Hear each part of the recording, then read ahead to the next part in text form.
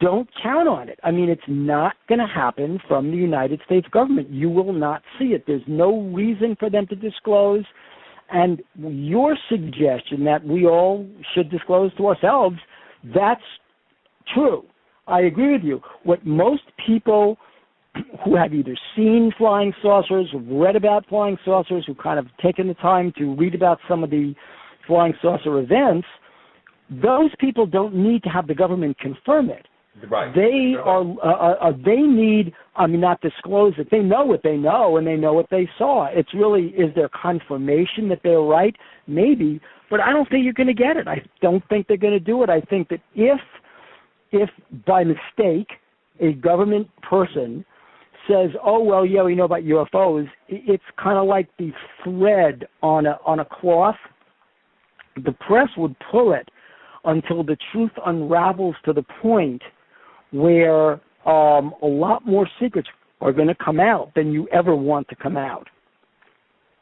Well, also, isn't it possible? I mean, like when I said bypass, say these extraterrestrial beings. I mean, I don't know how many different races there are. I'm assuming there's more than just the Greys and the reptilians. But by stuff that I've researched and different people that I've spoken to. But do you think that it's possible that if enough people on the planet sort of beamed up the frequency of wanting to get some kind of disclosure from them, that they would simply make some kind of an appearance so that... Well, they've done it. They've done it. I mean, that's the whole point.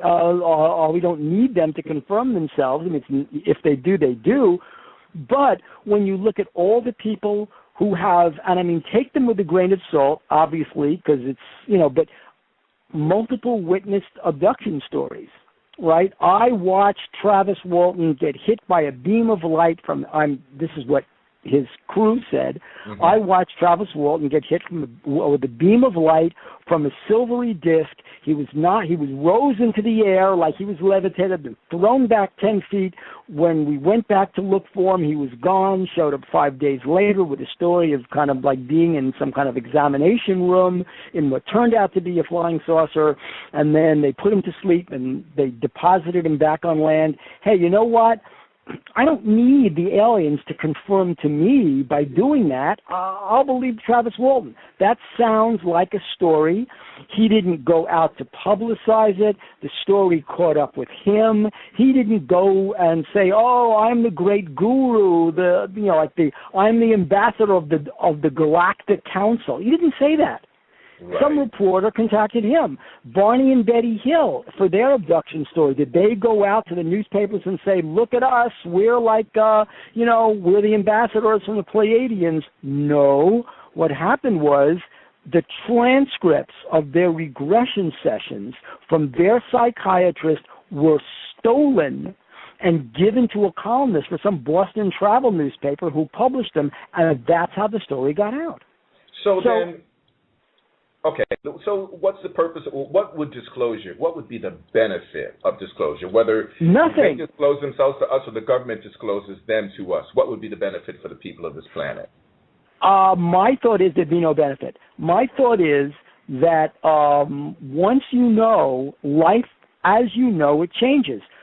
Put yourself, you are now the President of the United States. You are the President of the United States, regardless of your political party. You're the President of the United States. Mm-hmm. Let's just say that when you had your pre-inauguration sets of briefings,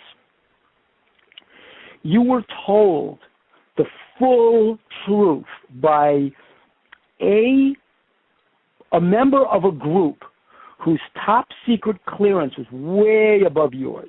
I mean, you discover, hey, wait, I'm the commander-in-chief of this, right? I'm the head honcho, and I'm the commander-in-chief. You're telling me that you know stuff that I don't know, that I shouldn't know. Why do you know it? Can I ask who elected you? How'd you get your job? I want your job. How'd you get it? Yeah, I was elected. I want your job, okay? Yeah. So this person sits down with you and says, Mr. President, there's so much you don't know. Let me explain part of it to you. You cannot ever tell anybody, or else you will no longer be the president. Your family will be killed, which is what I think happened to Jimmy Carter. And that person goes on to tell you, and it's someone you trust. So this is not, some guy who walks into the office wearing a green mask, okay? This is a person who you see every single day, sits down and tells you, here's the deal that you now know, and keep your mouth shut, and begins to describe the real nature of humanity, why the Bible says what the Bible says, what we know about Egypt, Mesopotamia, ancient Sumeria, the Mayans, Planet X, and on and on and on, and they will go away and leave us in X number of years. Or by the year blank, human beings will no longer be able to inhabit planet Earth because, and here's why we're leaving, and they're the ones taking us out. Oh, and by the way, they're us. And by the time this person is through, you are in a state of, you're the president now, in a state of absolute shock, and were you to divulge this to the population at large, and by the way, Mr. President, there is a select group of people, you're in it, your family is in it, your children and grandchildren are in it, and you will be among the saved unless you shoot off your big fat mouth. So this is the deal, okay? You can pass go, collect your $200, and survive when most of humanity is destroyed, or do not pass go, don't collect your $200, don't survive, and you can be really in some kind of sedimentary layer to be discovered by a future civilization on planet Earth a million years from now, your choice. Well, yeah. You're the president. What do you do? Well, I never answer hypothetical questions. I learned a long time ago you can lose friendships over that. But let me just say this. Did I say that was hypothetical? Why does the scenario have to be like that, though? I mean, why can't the scenario be? I mean, shouldn't human beings shouldn't they know where they came from and what they're about, and how they fit into the world? I mean, isn't that Don't you know where you came from? Haven't you read the Bible recently? Doesn't the Bible tell you so? Bible says it. It's true. I believe it. Why don't you believe it? Well, now that we get into the whole issue of, because you're a producer of Ancient Aliens, so therefore we're already into another whole area where maybe some of the things that are coming in through the Bible themselves are being filtered through alien beings. So I can't necessarily take the Bible literally either. Right, but there are an overwhelming number of individuals, I mean the vast majority, inside a social structure that has governed the planet Earth ever since at least, ancient Sumeria, certainly through Rome and the founding of the Catholic Church, and obviously through the ancient Hebrews in Jerusalem. All that has ordered our society. It's bloody, it's this, it's that, but at the very least, right, I can push a button on my cell phone and talk to somebody. The point that I'm trying to make is, were that all to be ripped away as the illusion that it is, like ants whose anthill is destroyed and we all go running around, would that cause more catastrophe?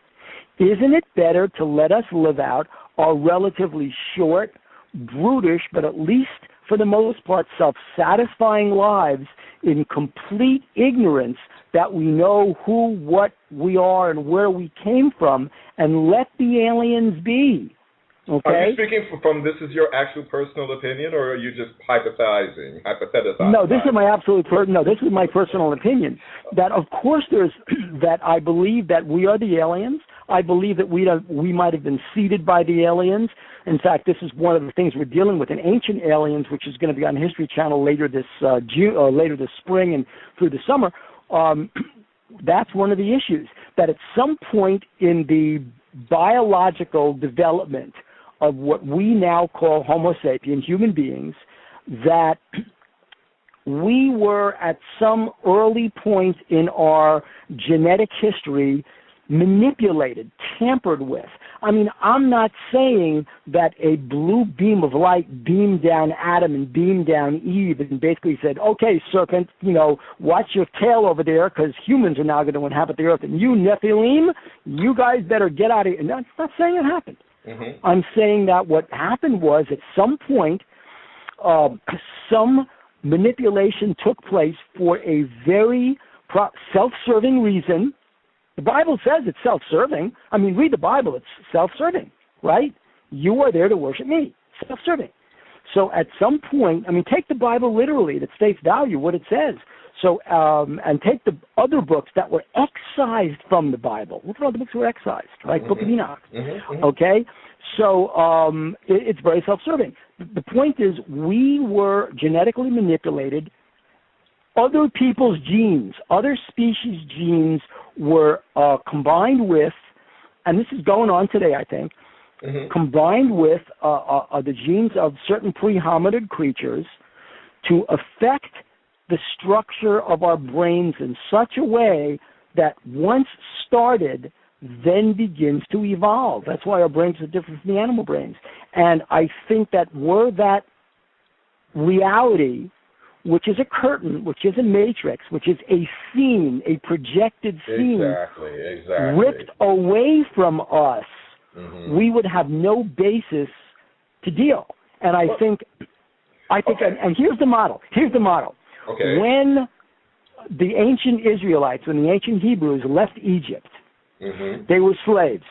Mm-hmm. When Moses brought them, and I'm using this as the allegory it is, when Moses brought them to the Jordan River, right, to the Promised Land, mm-hmm.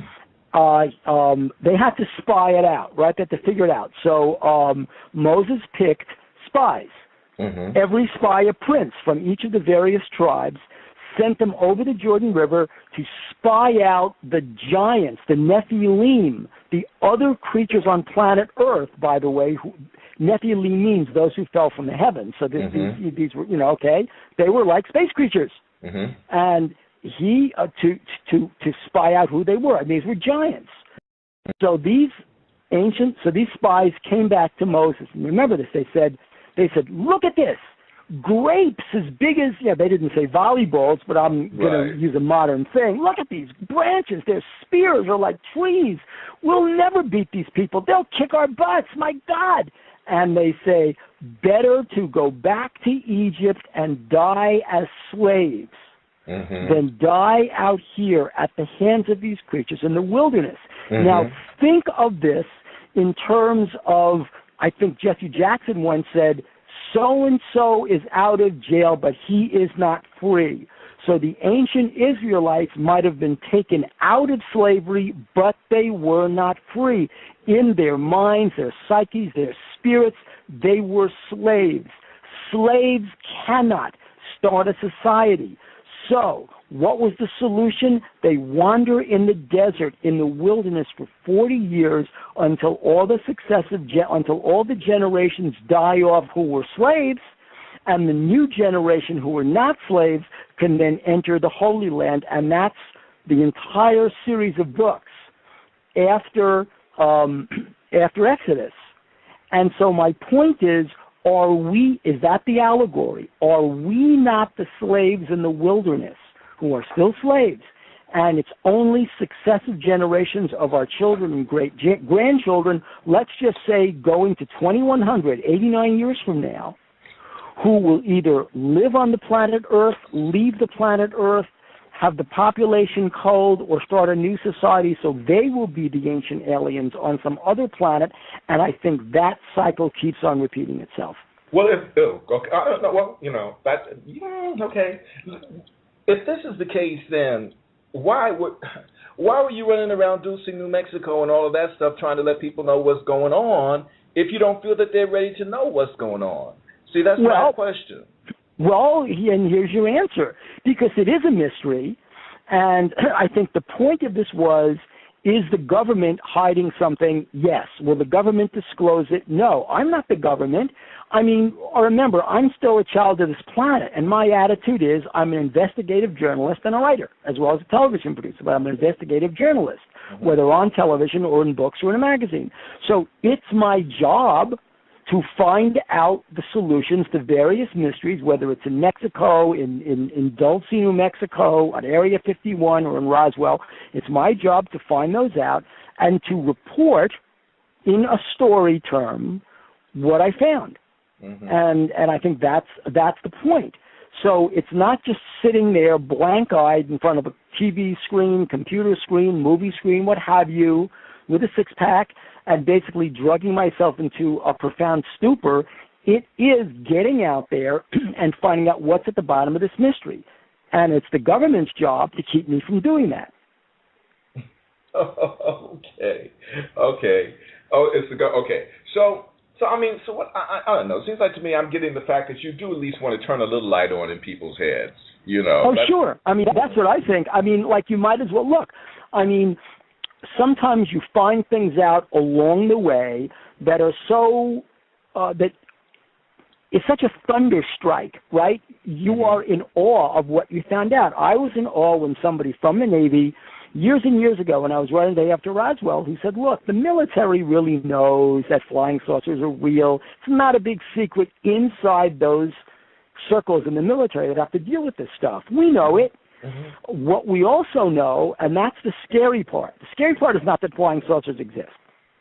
The scary part is who's in those flying saucers, and the scary part is what they know, and the scary part is what we are in relation to them and the kinds of powers that we have, but as a biologically evolved species are not able to wield.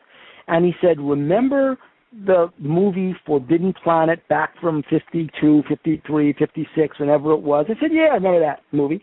He goes, okay, what wiped out that species of creature that was the big secret? Oh, you couldn't talk about the secret. Dr. Mobius, you couldn't mention it. What was the big secret? Well, it was the people who were able to project. They developed some kind of an ability to use their minds to affect reality.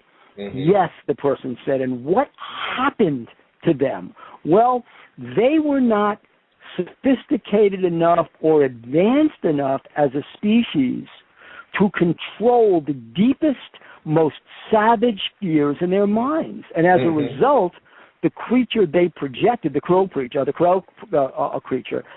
creature consumed them. And he said, exactly, that wasn't science fiction. Well, that's pretty much an allegory for where we are today, actually. We're consuming ourselves with our technology, and it doesn't seem like we're on our way to controlling that. And that's aliens and UFOs notwithstanding. Actually, we don't even need them for that, other than maybe to siphon some of the technology off of them, perhaps, if that's going on. But anyway, let's get back to UFOs. All right, so did you know there's an online petition to get UFO hunters back on the air? Would you ever consider that? Yeah, there is. There is. It's been around for a while. It's got way over 10,000 signatures now. And three things happened that really were spelled the end of it. And it wasn't the end. There were three, and this is History Channel. There were three basic incarnations of the same type of show on the History Channel. Three. One was called UFO Files, all the way back from the 1990s or late 80s, in which there were little 1-hour mini documentaries, which were basically talking heads, right? And there's a narrator, and there's a bunch of footage, and there's the talking heads. And I was on those for years, okay? Then UFO Files evolved into an actual series. It's called a reality doc, a series about a group going from site to site, trying to get to the bottom of certain stories, doing science. In the last part of that series, History Channel itself began to evolve. And reality television itself began to evolve in a very specific way. And that evolution was that the networks, and this is History Channel, HGTV, Bravo, you name it, right? Yeah. Desperate Housewives of the ufologists. They wanted to see what they called, quote unquote, more organic interaction between, or among is the right way to, among the characters. So suddenly from investigators, from a Pat Uskert and a Ted Ackworth and a Bill Birnes, what you had were three characters who were investigating UFOs, and they wanted more dynamic interplay. Well, that didn't work because the audience watching UFO hunters wanted more UFOs, and they didn't care about the dynamic interplay. So they said the show didn't fit into their new, like, American Pickers, porn stars, ice road truckers, that it didn't fit into the conflicts among the characters. So that was one nail in the coffin. Nail in the coffin two, the show was an expensive show to do. I mean, it was a lot of money for each episode, going to Europe, staying in a castle, going to Poland, going underground, going into a mine. Here you are, traveling with a crew of 2 cameras, 2 assistants, lighting guys, sound guys, assistant producers, field producers, coordinators, a whole office in 8 editing bays running. Okay, imagine just the field alone cost $25,000 to $30,000 a day. Where if the old UFO files, a camera guy, a sound guy, a director, that's it.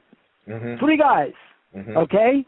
Under $5,000 a day, and you got your guy sitting on a beach, the way I was, in the wind. So, Bill, tell us about USOs off Santa Monica Bay. Okay, I'll tell you. There you go. Done. Shot. Finished. Finito. Okay?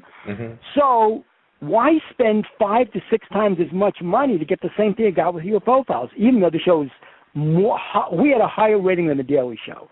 So when we were starting out. So that's another nail in the coffin, money. Okay? Nail in the coffin 3 was we at Dulce, New Mexico, basically took Gabe Valdez, who was the state police officer, his photographs of some kind of a strange creature. I'm not saying it was from outer space. I'm not saying what it was. I'm saying it was a cow's body with a human head on it, and we broadcast it. Yeah. Shortly after that, Senators Mitch McConnell, right, the progressives, Mitch McConnell, Lindsey Graham, and I forget the other, Grassley, right, get up in the Senate and say we propose to criminalize interspecies breeding, genetic manipulation of humans and other creatures to create new creatures. Well, we knew at that point something was very wrong. Why would they so want to amend U.S. Title 18, the criminal code? Why were they trying to amend that for the purpose, what happened? It turned out we had stepped into a pile of it because this was a pilot program. Think about this, a pilot program funded in part. I'm not saying there are aliens involved. I'm saying funded in part by the military with big pharmaceuticals to create organ banks. Imagine soldiers, you lose an organ and you're shot and they need a new pancreas, a new liver, a new stomach, a new whatever. They grow it with your own DNA because you can't use stem cells anymore. It's with your own DNA. They grow it, harvest it in this abomination creature, ship it out to you, and you've got it, okay? Imagine doing that. And imagine the very, very wealthy. Think about this now. The very, very wealthy, the very well-connected, who can get organs. Had a heart attack? Your heart's 40% destroyed by the muscles? Hey, no problemo. Order a new heart for $1 million. your heart, your DNA, grown in a bovine, kill the bovine, ship it out, done, no rejection, new heart. Have a nice day. And eat the bovine, hopefully. Hopefully there'll be some meat left on that. They can turn into a steak or two. Well, just imagine that. Just imagine that. And imagine 3 guys show this photo on national TV. You get these senators riled up, and the parent company of History Channel, the Disney company, who must appear before the Senate for all kinds of regulatory stuff. Remember, they use public airways. Mm-hmm. So, and they're told, get these morons off the air. Mm-hmm. There you go. Well, yeah, that's not a very Disney-esque image there. The cow with the human head. That would certainly that's a little far worse than anything Bambi ever did. So yeah. There you go. There you go. It's not Snow White. No, that's definitely not. Now, okay, so but you kind of transitioned over though. You transitioned over into Ancient Aliens. Are you getting the same thing? Is that the same satisfaction happening for you in that show? Well, no. Well, yes, because it's fun. I love history. I've written about history, obviously. I have a book called The Haunting of America. The second volume in that 3-volume series comes out this Halloween, and it's a book about America as having a paranormal history, and that paranormal history is completely suppressed in the history books. They'll talk about the Salem witch trials. Mm-hmm. What they won't talk about is the reality of the Salem witch trials is that it was a land grab from the rich folks grabbing land from the poor folks. Okay. In Salem, okay? They're not going to talk about the fact that George Washington saw extraterrestrial visions at Valley Forge. Where do you see that in American history in like the 4th grade? Oh, George Washington saw this otherworldly creature that told him. We are ready. You just got to slip it to us easily. That's right. You go to Texas and you try to get that into a Texas school book. Oh, Lord, I know. Okay? There you go. Remember, these are book publishers. They are there for the money. It's good, old-fashioned American capitalism. So if a school board's going to say, we don't want no stinking ghosts or stinking extraterrestrials in our history books, we want the good stuff, not the strange stuff. So basically, you take the ghost out. But Washington saw an otherworldly creature at Valley Forge that propped up his courage. Washington saw, believe it or not, UFOs in the woods at Valley Forge, and these and these creatures were these green jumpsuit creatures, I kid you not, okay. In the woods. And that's what's in Ancient Aliens. So I get to talk about that in Ancient Aliens. That's the good part, okay? Okay. I talk about that, but Ancient Aliens was like born out of the head of UFO hunters. Literally, Pat Uskert and I were bugging the network to do a show about Ancient Aliens. Bugging them. We were incessant. And they said, shut up already, you two. You plan your own segment. So we got Giorgio Tsoukalos, who's the editor of Legendary Times, and he's the guy. He is the guy who works with Eric Von Daniken. Right. We had Giorgio on the show, actually. Okay. Well then, we got Giorgio on our show doing a segment. And since the whole point of Ancient Aliens of UFO Hunters was the science, that's what I like best. We actually took Giorgio's little model of that little ancient artifact from Central America, right? Mm-hmm. Was it a bird? Was it a space shuttle? Was it a super bird? We don't know. And we said, could this thing fly if we scaled it up? And we proved that it could, okay? Mm-hmm. And that image of that bird soaring like the space shuttle coming down tail first and then nose first, that was the beginning. The network loved that segment so much, they built a special with Giorgio. Of course, Pat and I weren't involved. They built that special, our idea, with Giorgio for the Ancient Aliens special. Finally, when that became a series, then the network came back to me and said, Bill, be one of the guys on Ancient Aliens. And I didn't. I've been doing it for the past 3 seasons. The point is, fun show. It started with UFO Hunters. So UFO Files to UFO Hunters to Ancient Aliens, which is a combination of the history from UFO Hunters and the format from UFO files. But now, is there anything out there, let's say that you went back to doing UFO hunters, is there some stuff, can you bring some stuff to the table that neither Ancient Aliens is bringing or that UFO hunters brought before? Absolutely. Okay. Of course, there is stuff that we couldn't do. The one thing we couldn't do was find the UFO because we weren't allowed to do it. Were I to have the budget that I wanted and the group that I wanted to work with, we would bring back the UFO. Literally, you know what? From where? Skeptics. What? From where? There are various places. Central America, okay? Central America, Europe, they're there.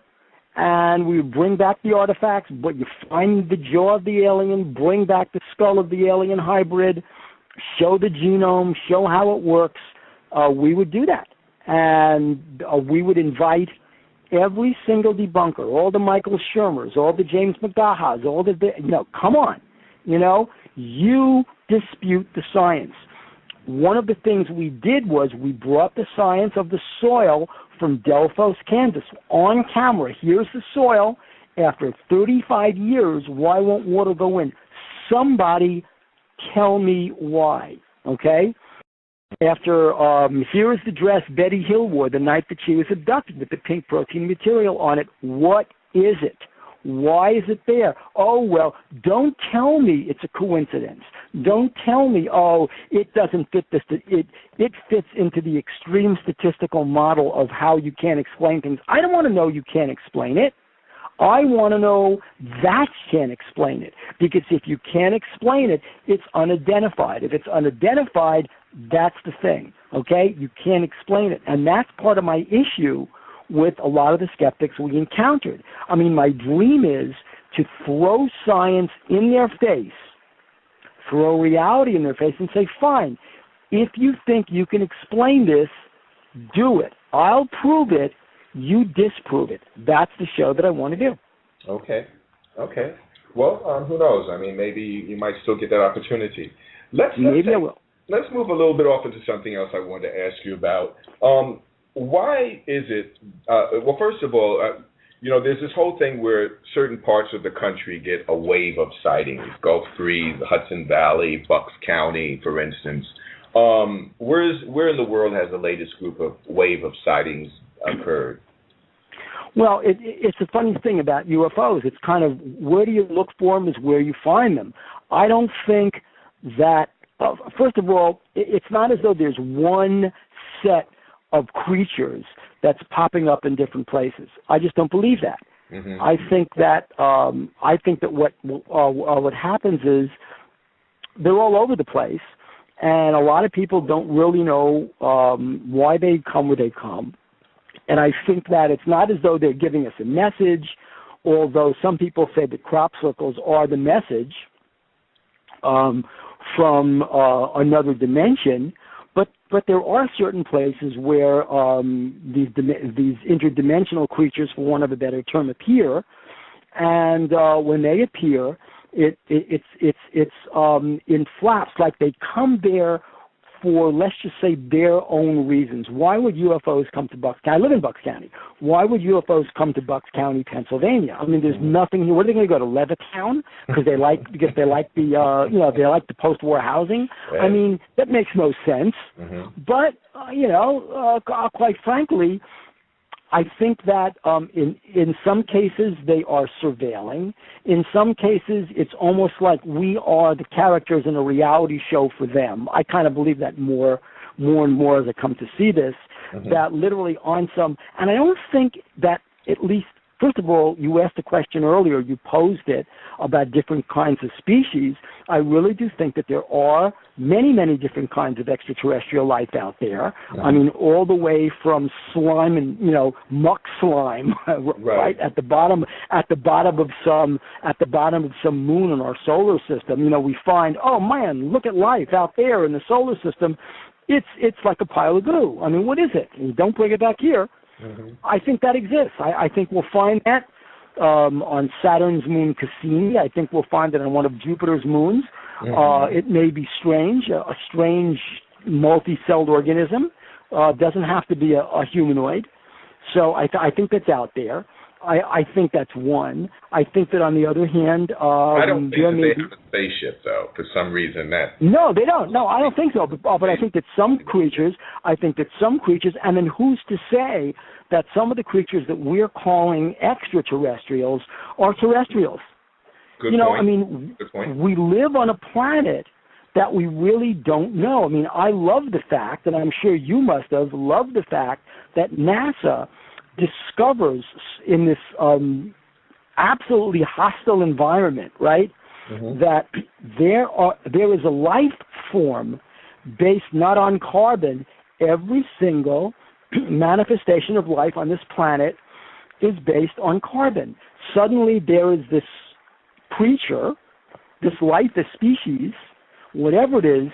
You can't even define it as a species, can you? It's something, it's another life form based on silicon. Wow. A silicon-based life form. That defies everything we know. So it's not just that, there are all these strange species, fish with big eyes, fish that basically burp their way to communicate. I mean, you look at this thing, and it's not just that. Suddenly this thing pops up that is alien to planet Earth. How did it get here? Did it get here first, then we got here? Is this silicon-based creature get here after us, planted someplace we don't know? Is that the life form that's taking over? I mean, think about the implications of this. If that's here and we don't know it, are there actual humanoid species that are floating around that we don't know? Right? Are you a proponent of the hollow Earth theory or not? I think thusly, okay? Let's just say the hollow Earth theory in a nutshell. Let's just say that a gazillion years ago, as the climate on Earth changed for the worse for reptiles, that it changed badly.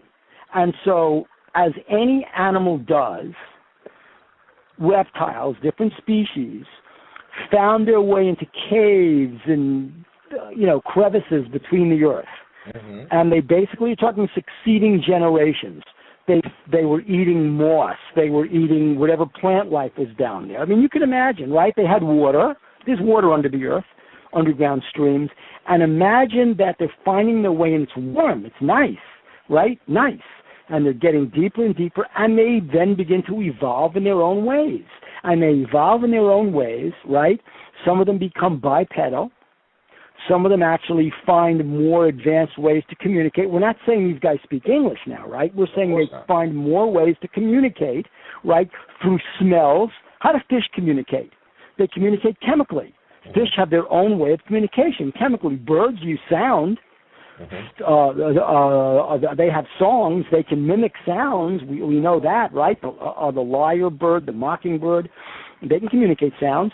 Try and get a mockingbird out of a tree when you're trying to shoot an episode of UFO Hunters. You want to say, and you throw rocks at it. Get away. So, but imagine over millions of years, these things are evolving and evolving and evolving. Their little societies growing and growing.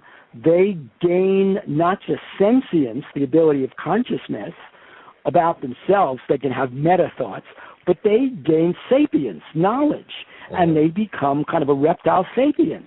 And they actually live under the Earth, coming to the Earth, right, doing their building, coming up to the surface. Do we have any allegorical examples of this? Yeah, the serpent in the Garden of Eden. Okay. Right? That's just one, though.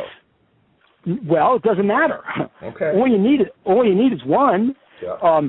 It basically, in the allegory of the Garden of Eden, it basically is actually trying to subvert the creatures that were grown here, right? That were grown here by an otherworldly force, right? The divine is otherworldly. It grew us.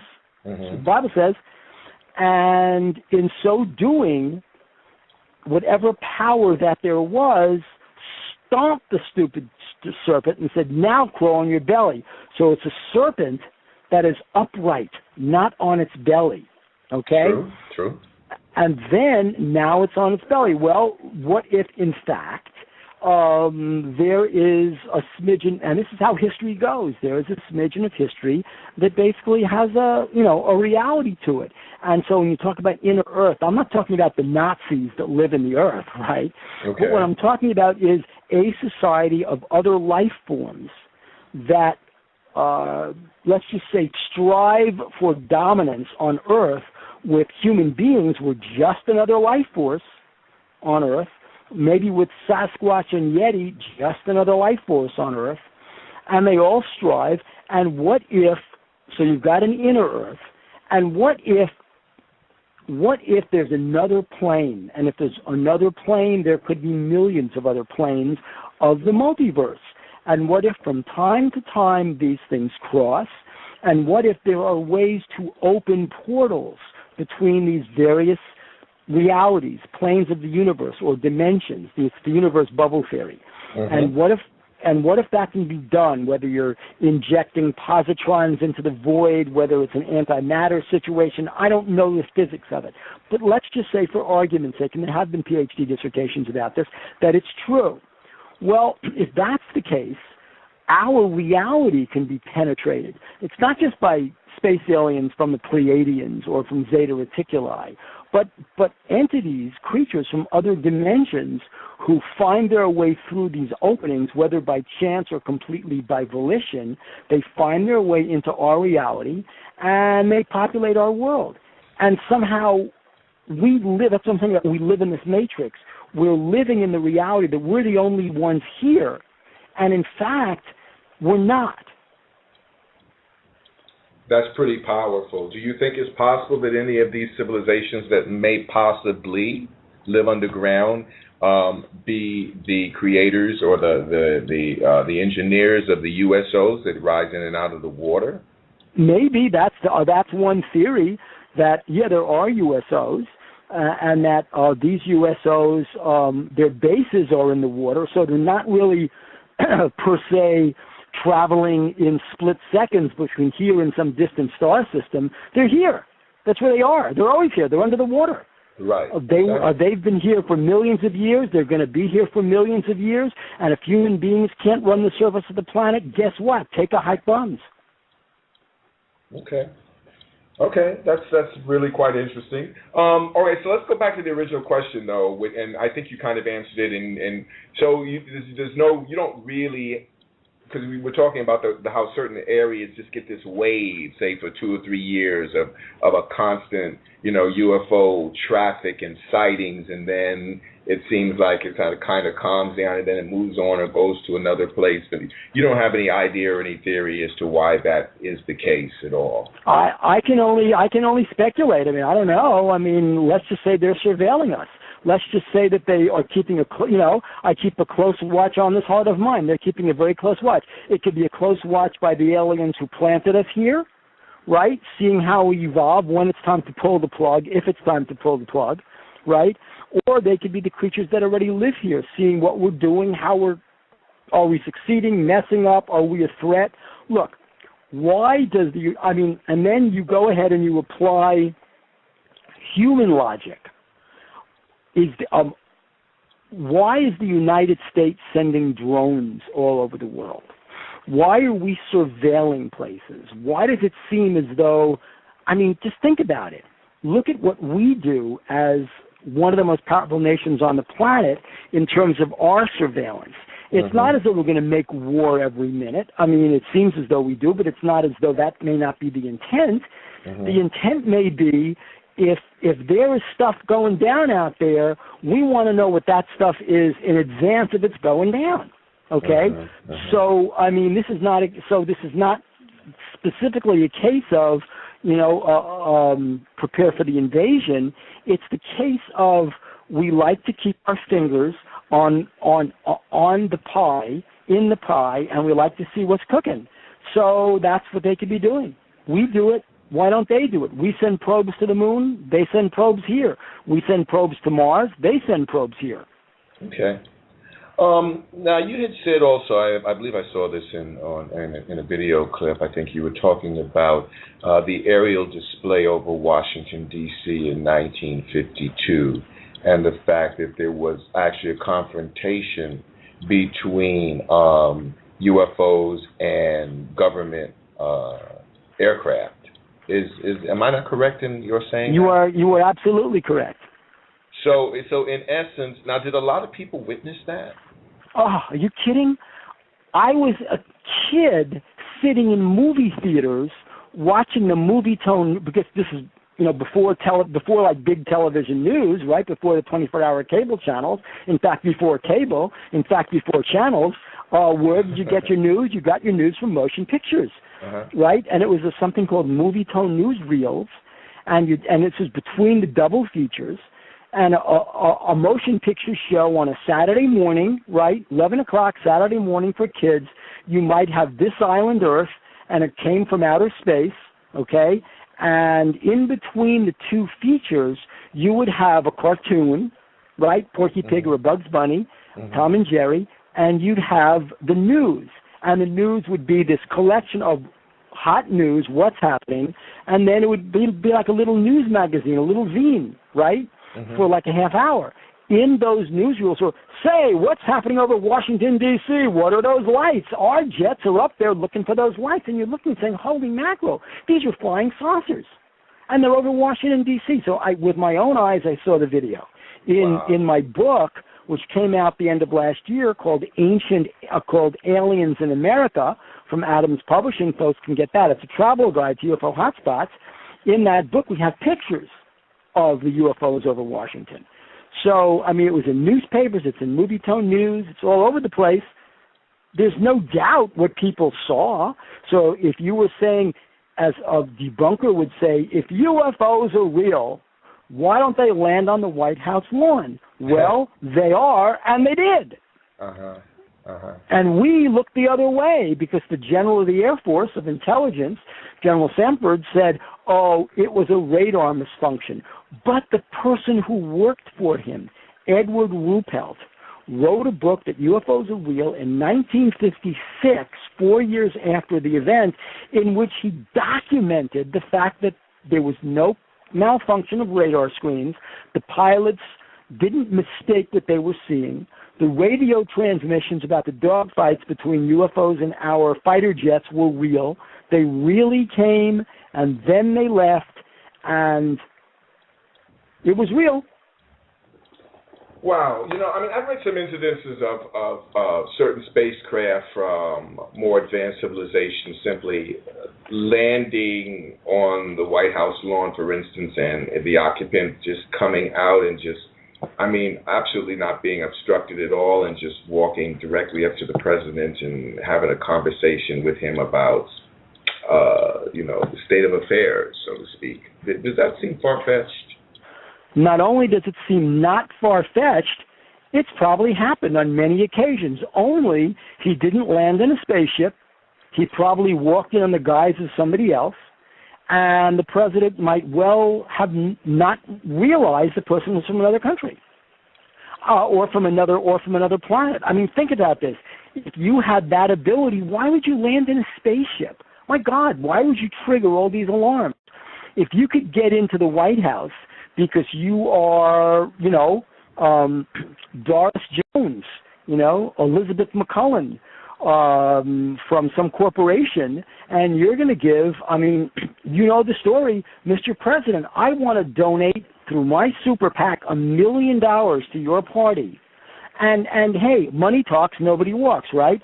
So you can walk in with a phenomenal donation, and what you want for that money is, I want 10 minutes with the president, because I want to be able to talk to the president about my thoughts regarding the environment. Okay, I'll give you 10 minutes for $1 million. I'll go along $100,000 a minute.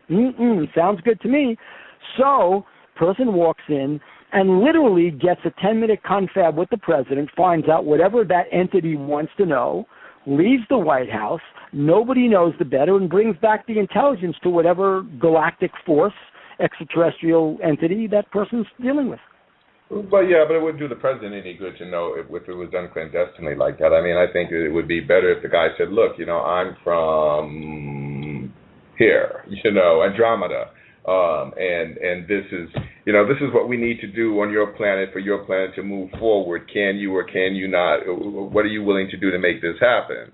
And then leaving, our commander-in-chief in a position to go, well, I have to talk to my boys, which is the only thing he could say. But you know what I'm trying to say. I mean, you read these things, and of course you want some of this stuff to be real. So I'm just trying. Well, but I mean, take the same story. Why would the person reveal himself to the president? Why wouldn't you go to the group above the president and say, look, we need your guy to do these things for us. Okay, this is our deal. We have a deal. We can make life suck, or we can make life great. What do you want? Look, here's a new weapon. You can actually zort your enemies by getting their eyes to run down their cheeks. Wouldn't you like to have your hands on this? We'll reverse engineer it for you so it looks like you guys invented it yourself. You guys could invent a book of matches yourself, but you invented this yourself. And we need you to get me 10 minutes, or you get 10 minutes, and deliver this message in coded terms to the president. I mean, really. I mean, why, it's like if you could... I mean, why do it hard when you could do it easy? That's easy. Going in and saying I'm from Andromeda, right? And I'm gonna like use my laser to zorch myself into your guest log in the White House. I'm gonna turn up in the family quarters. I'm gonna beam myself in so the Secret Service can see an energy vortex, because the Secret Service, if you know the White House, been there. If you know the White House, the Secret Service has the whole place is kind of infrareded out, so they can actually track movements behind walls in the White House. There's somebody strange, their biometrics don't match, boy, they're on it. They have snipers on the roof. You look cross-eyed at the White House and you're in somebody's scope. And these are not just some guys from a carnival fair. These are Special Operations Forces snipers. They can take you down 2 football fields away. So, the point that I'm trying to get to is that, I heard a story about one of the special forces, actually a Navy SEAL from SEAL Team 6, when he was trying to rescue, the SEALs were rescuing this couple, this actual foursome from Somali pirates. And one of the Somali pirates on board in the cockpit, in the cabin of the sailboat that the pirates had hijacked, had taken, the Somali pirate actually came at the Navy SEAL with a knife.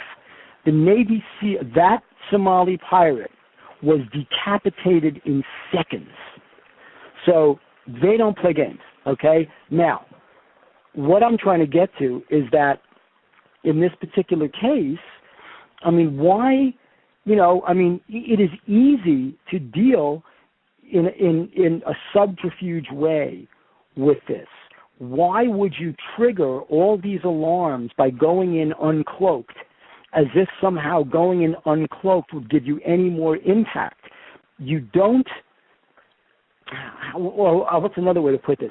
If you look at this thing rationally, it is easier to catch birds with honey. So what you do is you don't frighten, right?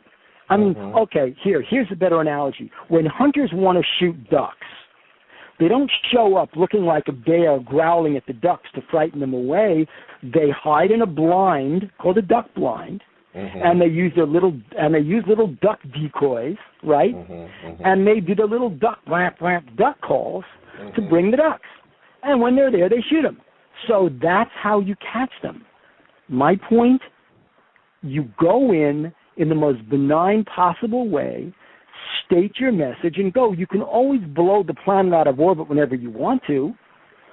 Why do it now? I was thinking that perhaps they weren't even concerned about blowing the planet out of orbit as much as they would just be concerned about is just alerting the president as to the possibilities of where the planet can actually go. I mean, I hope this is still a free will universe where people have that opportunity to decide for themselves. I would tell you the president has been... Hey, the president's been alerted. The president knows. There's no doubt about the various dire consequences facing us if we go down different paths. No two ways about it. We know, okay?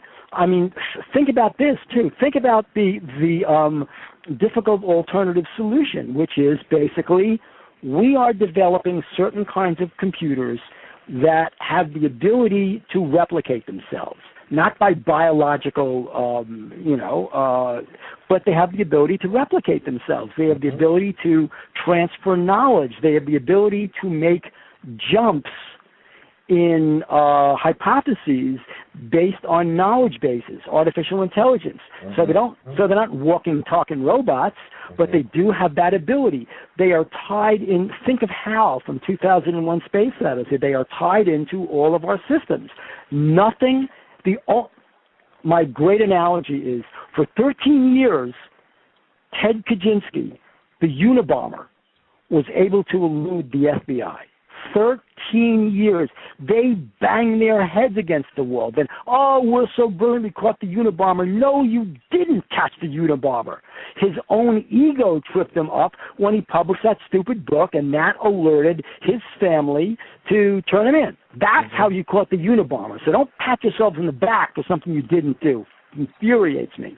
He eluded the FBI for 13 years. How? Low tech. How did Osama bin Laden elude us from 2001 on? We couldn't get him before 2001, but how did he elude us? Low tech. The guy had a courier, never used a cell phone, had a courier. As computers developed, he would give him disks, and how we communicated was the guy would go to some internet cafe under an avatar and communicate to a select group through that avatar using basic internet channel communication with various orders in code, and they would carry them out in certain ways. That's what he was able to do. Then as the flash drive evolved, because they certainly wouldn't use cell phones, as the flash drive evolved, they would use the flash drive, untraceable. The guy would ride up in a car, get the information, give Osama his porn, and then drive away, go to an internet cafe, and do the communicating. It befuddled us. So we had the Unabomber. So obviously this guy had something similar. How do you go below the radar? That's easy. Low tech. That's what he did. Now, was it effective? We don't know. Certainly, there were lone wolves operating, but there were shoe bombers and underwear bombers and whatever bombers. So my point is that once you have cells, which is literally cells that only get information sporadically and are allowed to develop on their own, or you could transfer money from various accounts to various individuals, you basically can set certain kinds of things in motion. So for all of our surveillance, for all the high tech, for the satellites, for Echelon, for the NSA, for all of that, the guy eluded us. So I guess to answer your question, it is relatively easy to fly beneath the radar and not be spotted. Well, especially if you might possibly even considerably have been dead already, but that's just a perspective. Let me just I wanted to ask you. By the way, first of all, before I get any further, because I think it's time for people to call in. First of all, sure. And there may be some other questions that people have that I haven't thought about, and I'm sure there are some things that they might want to talk to you about. So, folks who are listening in, please feel free to dial the number 1-877-572-4270 and talk to Bill. I'm sure you guys have some questions for him and some observations, and we both would love to hear from you. Bill, let's talk about reverse engineering because you mentioned it. So now, because you said you would go out and maybe you could go out and get a UFO. I mean, how do we know that's not a reverse engineered UFO? Well, we don't. I mean, what I'm talking about is what I mentioned. I certainly know where things are. Is I do, and they've been where they've been, at least in this one instance, in Central America, for thousands of years. And I really think, and there are some really in South America that are active. There are active hotspots where kids actually see them coming out. And one of the things that I would do is go down there, and this wouldn't be a one-week shoot. Hey, we're going to blow in here for 3 days, show us a UFO, then we'll get out of here. This is a situation where I think spend some time down there and work with people who speak the local languages, and eventually you'd see things that were really quite amazing. I think I would love to go back to Dulce, New Mexico, where I believe spending some quality time there and spending some quality money, you'll be able to see various kinds of hybridized animals, because that's what I think is going on or was going on inside the Archuleta Mesa. And the photographs were very revealing. Stories from the local police, the tribal police, really talk about various kinds of different animals, a whole caravan trains of different animals being taken out to various labs for study. So something really, some experiments are going on down there, biological experiments, and believe me, I've seen so many pictures of UFOs over Dulce. I would love to spend some quality time there and look for some of the kinds of entities that the people who live there talk about. Well, it would be great, actually, to hear your report about that, too. And we actually have one of our callers on the line. I believe it's Will from Pennsylvania. Hey, Will, how you doing? Oh, how are you? It's Joe. I'm good, man. I'd like to ask Mr. Birnes something. I was a big fan, still a big fan of your show, Alien Hunters. UFO Hunters, excuse me. I was sorry it was taken off the air. But I've also read your magazine for quite a number of years. There was one time in your magazine, for a few issues, you had excerpts from Project Serpo. And I was just very curious what you really thought of Project Serpo. Do you believe that actually was real? And I'll take my answer off the air and listen. Thank you. Thank you, Will. Well, first of all, there are a whole many different theories about Serpo. I mean, I did speak to one of the heads of MUFON who said that he was investigating all the way back in the 1960s an exchange of information, a landing, and an exchange of information based on that landing, which he said is the foundation for the information in Project Serpo. Okay, whether a group of American military and scientists actually went to another planet or not, I think that one function of various anonymous disclosures for these stories are feeding certain elements of the community to see if that story, Serpo, which I don't think is true in the way it's represented, to see if that story can get any traction. If it can, then that says one thing about the ability to buy into that kind of a story. But usually some of these stories have a germ of truth. And I think the germ of truth was that there was a landing or a crash landing, there was some kind of an exchange, and whether that exchange involved human beings going to another planet, whether that exchange involved simply an exchange of information, I don't know, but a rationale for why Serpo might have been developed, certainly not to hoax the Internet, who cares about the Internet, I think that it well could be that once that happened and we got wind that the Soviets, that the KGB was hot on the trail of this, now you've got this competition between two blood adversaries over technology that is far in advance of technology that we have that can literally wipe out the other side. Now what you've got to do is play a big bluffing poker game, kind of like a big Texas Hold'em. So what you do is you then create, and remember we did this in World War II, so this is not, oh boy, this is a whole thing. It's not. We did it in World War II with the Normandy invasion. You create a fake story using germs of information from the story you know that they know to get them to think that you are much, much further along, and that if they mess with you, they're going to have some extraterrestrials beaten on them in such a way that they're not going to get up so fast. So back off, dudes, because we got the juice on our side. Well, that could be the reason for Serpo. Then you leak it in all the right circles. This is years and years ago, decades. You leak it in all the right circles, and that becomes the National Security Agency playbook for misinformation to the Soviets to get them to back off.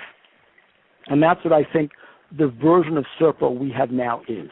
So you didn't think that there was any exchange program between the Zeta Reticuli and actual human beings maybe being sent there or anything like that?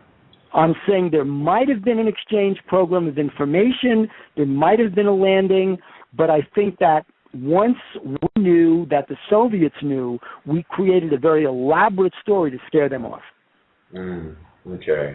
I mean, do you think that we've been, that are the engineer, the craft that we reverse engineered and everything, do you think we've been beyond Mars and the moon with that, or not? I think that as difficult, not to throw cold water, but I think that it could well be that, first of all, in terms of unmanned craft, we've left the solar system. I mean, in terms of robot drones, we've left the solar system, and there's no question about it that we've gone that way. Have we sent human beings to those places? Well, I have heard stories about human / alien factories, cooperative factories on the dark side of the moon. Photos have come back from satellites that have traversed the moon, orbited the moon, and they've come back with photos. And some of these factories are ours. Why do we have factories on the dark side of the moon? Think about this. Why the best way to camouflage an operation, to do all kinds of interspecies collaboration, the best way to camouflage it is just not to talk about it. And so why would we announce it? That's another reason why I wouldn't do disclosure so fast. I mean, you're talking about people who basically have been murdered for talking about this stuff back in the 50s and 60s, and now you're saying, oh, yeah, we did it. We're the killers. Who killed Gray Barker? I mean, this is my issue. So, you're going to cover up a crime, and we committed crimes for this. So I have heard stories. I heard Donna Hare from NASA. She was one of our guests on UFO Hunters. I heard Donna Hare from NASA talk about seeing photographs taken by NASA of the lunar surface with actual craft on the surface, airbrushed out by the NASA technicians. And he said, we can't show this to people. So that does lead me to the next question then, which is basically what kinds of things are NASA keeping from the American public? I think NASA is keeping a whole bunch of under wraps secret projects from the American public. I think there's where, if you wanted to talk about a conspiracy theory, kind of a dark side to space exploration, absolutely, I think that's what NASA's doing.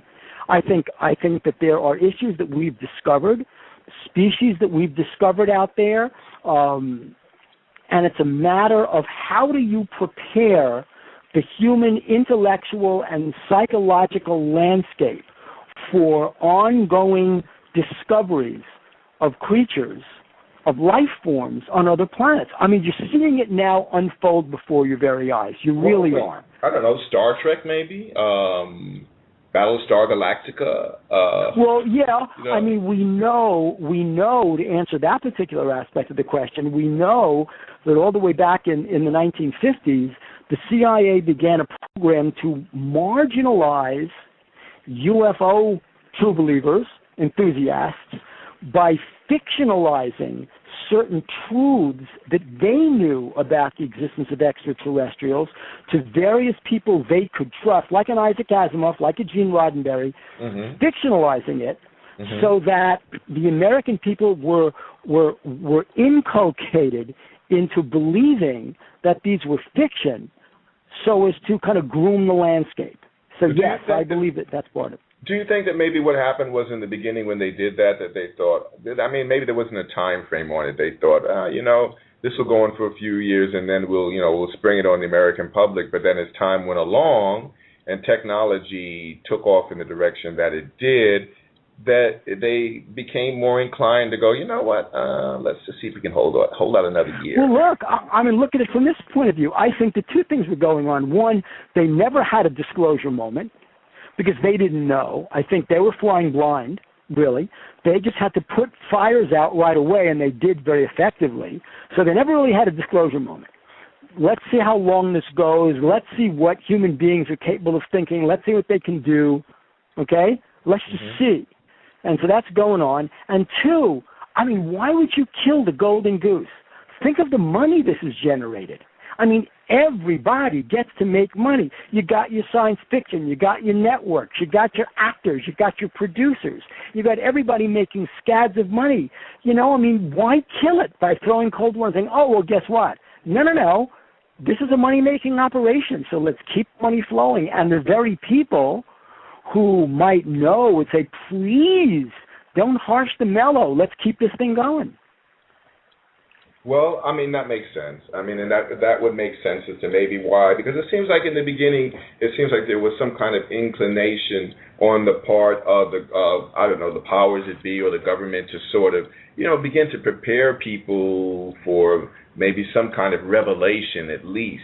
And I know that you had mentioned what you said about maybe possibly Jimmy Carter, and I've heard the same about Richard Nixon and John F. Kennedy as well. I don't know if you've heard of both of those theories that they were both getting ready to, or they were trying to push for some kind of disclosure to the public. Did you hear any about those two presidents? Look, Richard Nixon was the person who did arrange for Jackie Gleason to go to one of the, I think, Homestead Air Force Base, or one of the Air Force bases down in Florida, and see aliens.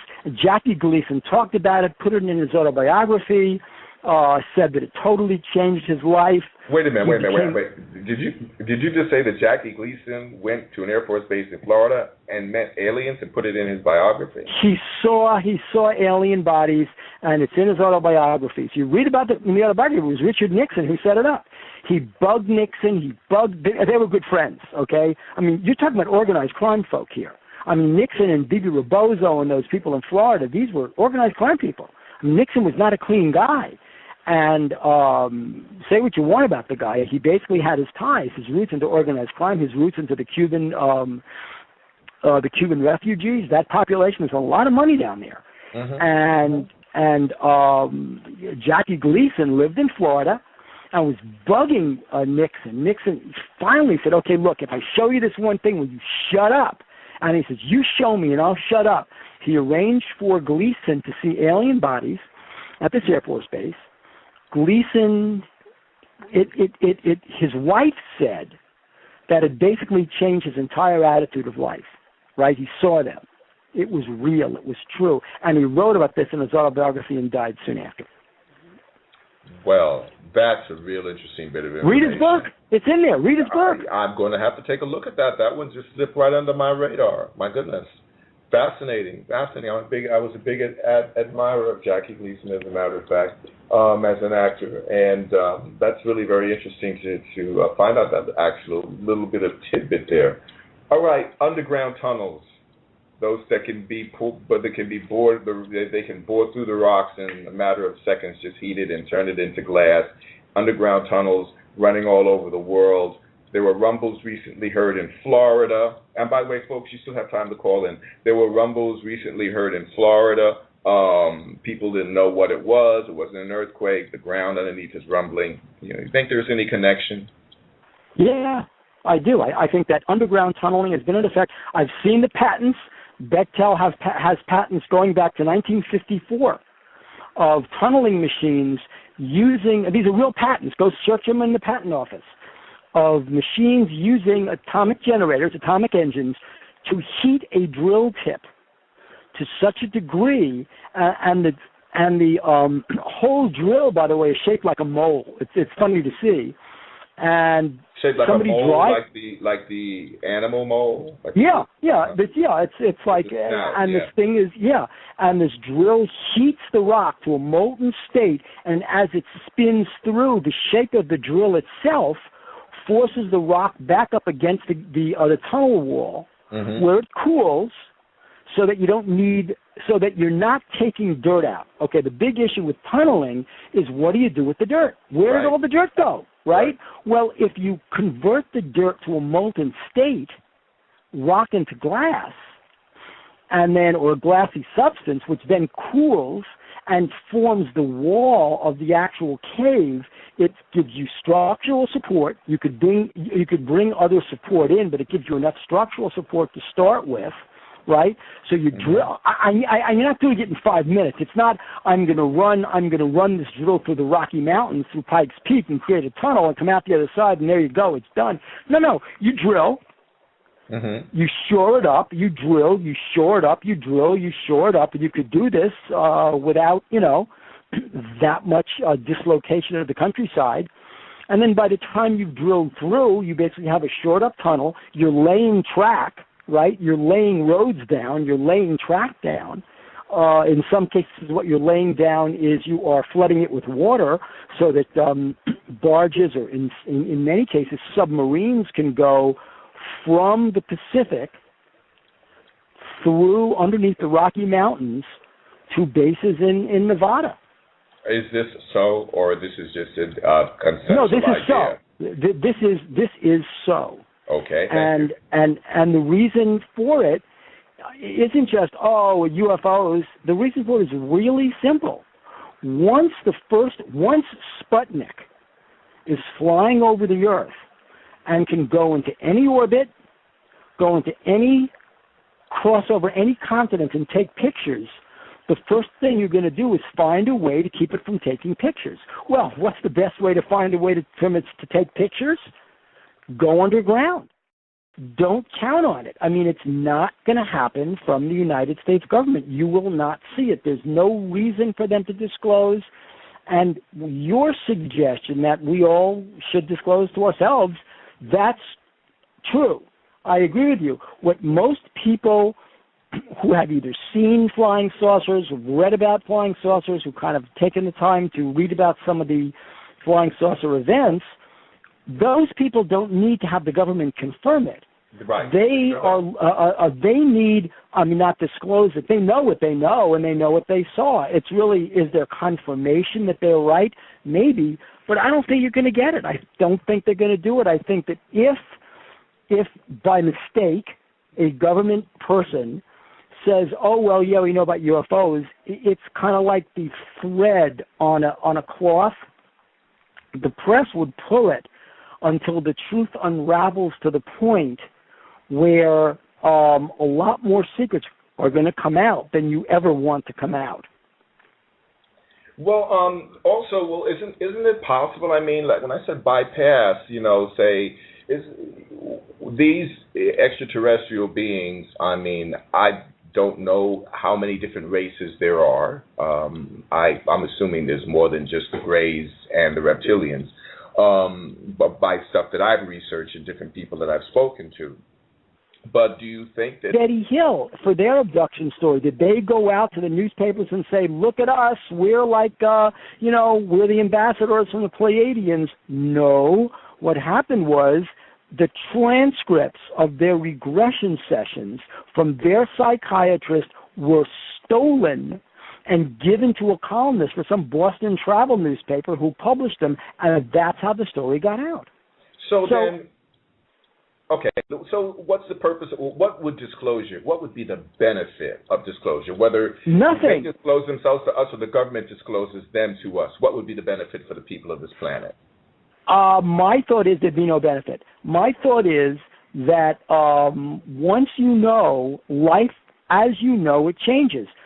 Put yourself, you are now the President of the United States. You are the President of the United States, regardless of your political party. You're the President of the United States. Mm-hmm. Let's just say that when you had your pre-inauguration sets of briefings, you were told the full truth by a member of a group whose top secret clearance was way above yours. I mean, you discover, hey, wait, I'm the commander-in-chief of this, right? I'm the head honcho, and I'm the commander-in-chief. You're telling me that you know stuff that I don't know, that I shouldn't know.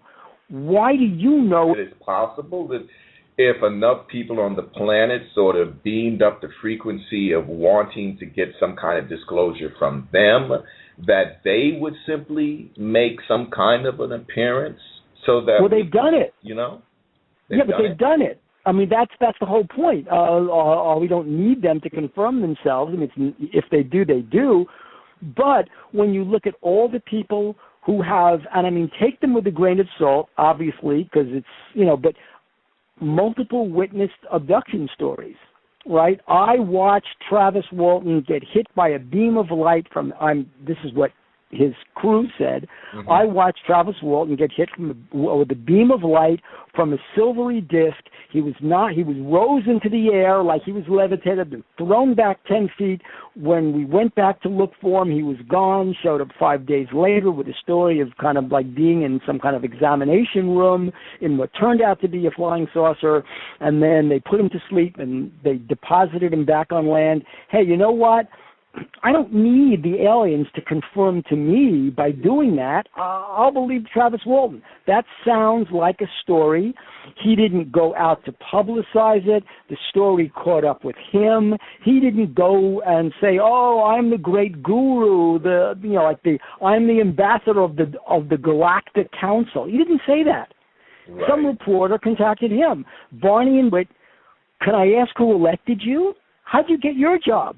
I want your job. How'd you get it? Yeah, I was elected. I want your job, okay? Yeah. So this person sits down with you and says, Mr. President, there's so much you don't know. Let me explain part of it to you.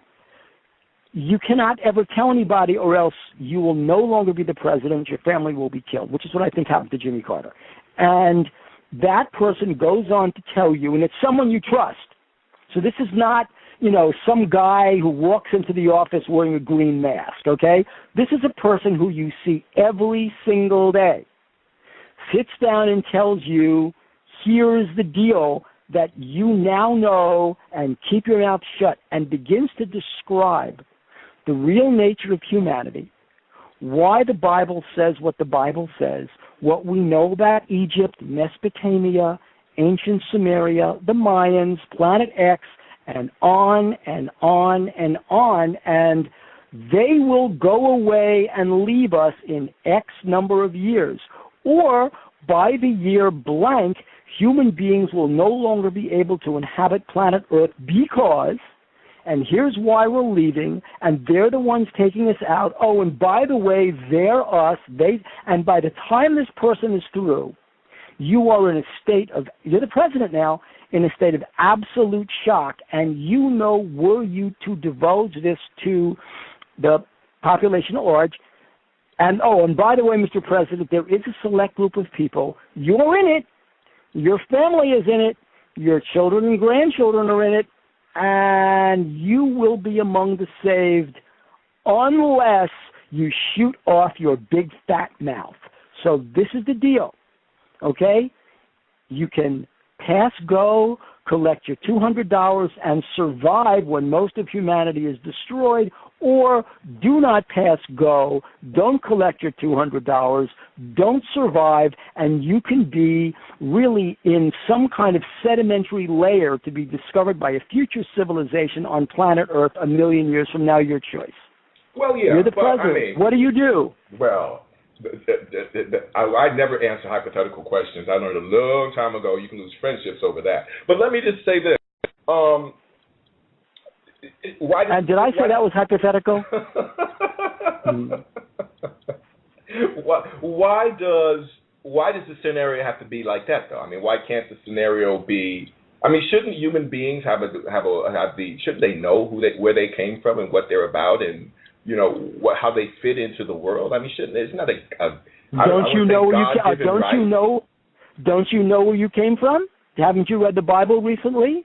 Doesn't the Bible tell you so? Bible says it. It's true. I believe it. Why don't you believe it?